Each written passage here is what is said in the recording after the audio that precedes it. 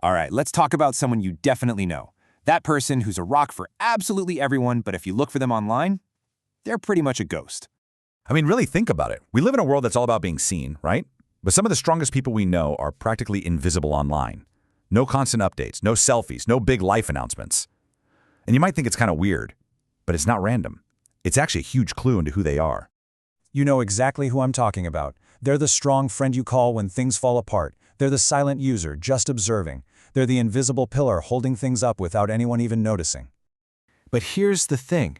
Their silence isn't empty space. Nope, it's a story. And today, we're going to decode it. We're going to follow the trail from their quiet online presence all the way back to its psychological roots. So let's start with the most obvious piece of the puzzle, their online behavior. In a world that's so loud, why do these incredibly solid people choose to be so quiet? Well, psychology gives us a few big reasons. First, they just have a high privacy orientation. They're not looking for likes because they rely on self-validation. You know, their own approval is what actually matters. They're actively protecting their mental space, avoiding what we could call the digital illusion. They have a really strong sense of who they are, so for them, it's a very easy choice: peace over performance. And that all boils down to this core concept, an internal locus of evaluation.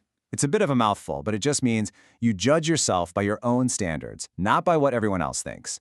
Your sense of worth comes from the inside, so of course you'd prefer a real, deep conversation over 100 superficial comments. But look, their digital silence? That's only half the picture.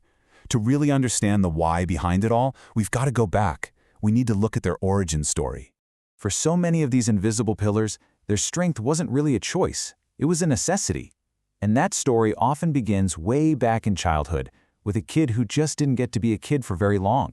Someone had to step up and be the responsible one, and that someone was them. There's a clinical term for this: parentification.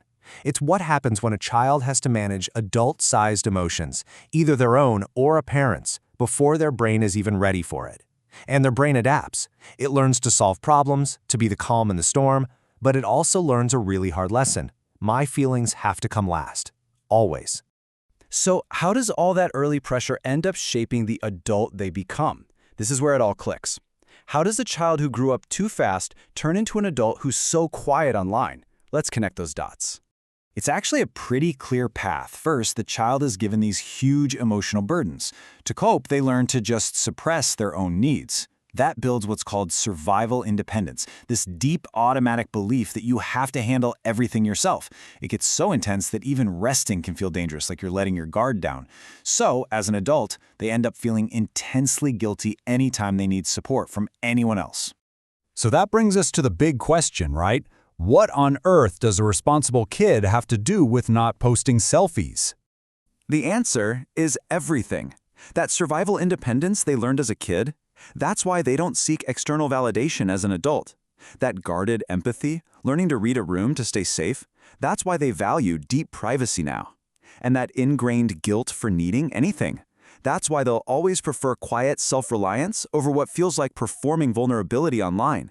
Their quietness isn't shyness, it's a finely tuned survival strategy. This quote just hits the nail on the head. Their strength is incredible, but it wasn't a personality trait they were born with. It was an adaptation they had to build, because for them, there was simply no other way through. So, what's the big takeaway from all of this? I think it's about shifting how we see these people. It's not about what they lack, it's about the very different kind of confidence they have. Because we get it wrong all the time. What we assume is just shyness is actually deep self-awareness. What we might see as antisocial is really someone who is emotionally secure. And when we think they're uninterested, what's really happening is they're just being fiercely protective of their own peace. And maybe this is the most powerful idea of all. In a world totally obsessed with being visible, their confidence comes from a whole different source.